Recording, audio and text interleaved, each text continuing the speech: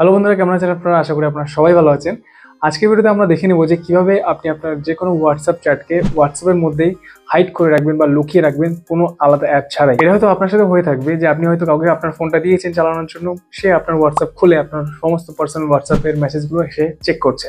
তো এই জিনিসটা যাতে না হয় এবং আপনার পার্সোনাল যে হোয়াটসঅ্যাপ চ্যাটগুলো রয়েছে সেগুলো যেন পার্সোনালি থাকে, তার জন্য কিন্তু আপনি আপনার পার্সোনাল হোয়াটসঅ্যাপ চ্যাটগুলোকে এখানে হাইড করে রাখতে পারেন।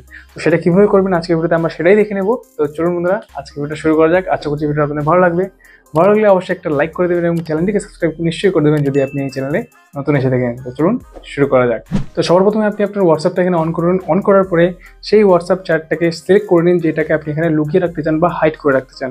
তো আমি এখানে সবার উপরে যেটা রয়েছে সেটাকে আমি এখানে সিলেক্ট করে নেব। সিলেক্ট করার পরে দেখতে পাচ্ছেন এটা সিলেক্ট হয়ে গেল। এবার আমি এই যে উপরের দিকে তিনটে ডট রয়েছে উপরে, সেখানে আমি ক্লিক করব। এখানে একটা আপনি অপশন পেয়ে যাবেন লক চ্যাট বলে, সেটাকে আপনি ক্লিক করুন।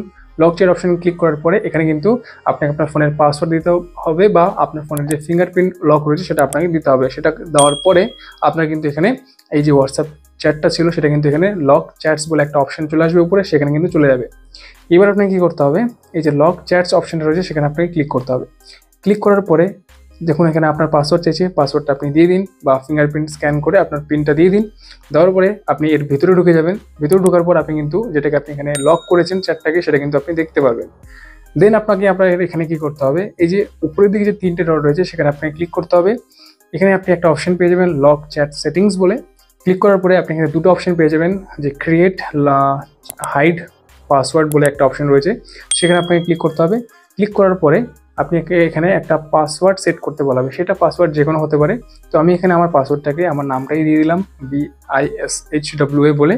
এবার নেক্সট অপশনে ক্লিক করলে কিন্তু আবার আমাকে এটাকে কনফার্ম করতে বলা হবে। তো আমি আবার এটাকে BISHWA বলে এটাকে সেট করে দিলাম।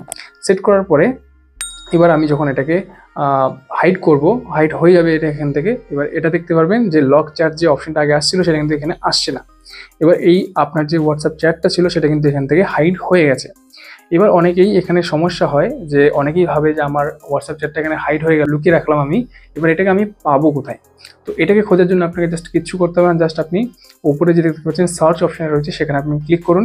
ক্লিক করার পরে আপনি যে পাসওয়ার্ডটা সিলেক্ট করেছিলেন বা পাসওয়ার্ডটা সেট করেছিলেন এটাকে হাইড করে রাখার জন্য, সেই পাসওয়ার্ডটা আপনাকে কিন্তু এখানে দিতে হবে। যেহেতু আমি এখানে আমার নামটা দিয়ে সিলেক্ট করেছিলাম, তো আমি এখানে আমার পাসওয়ার্ডটা যখনই আমি দেবো, দেওয়ার পরে কিন্তু উপরের দিকে কিন্তু দেখতে পাচ্ছেন যে হোয়াটসঅ্যাপ চ্যাটটা আমি এখানে হাইড করে রেখেছিলাম সেটা কিন্তু এখানে দেখাচ্ছে। এবার এটার মধ্যে আমি যদি ক্লিক করি, ক্লিক করার পর আমি কিন্তু এখানে আমার মেসেজগুলোকে কন্টিনিউ করতে পারবো। এভাবে বন্ধুরা আপনি কিন্তু আপনার যে কোনো হোয়াটসঅ্যাপ চ্যাটকে হাইড করে রাখতে পারবেন বা লুকিয়ে রাখতে পারেন।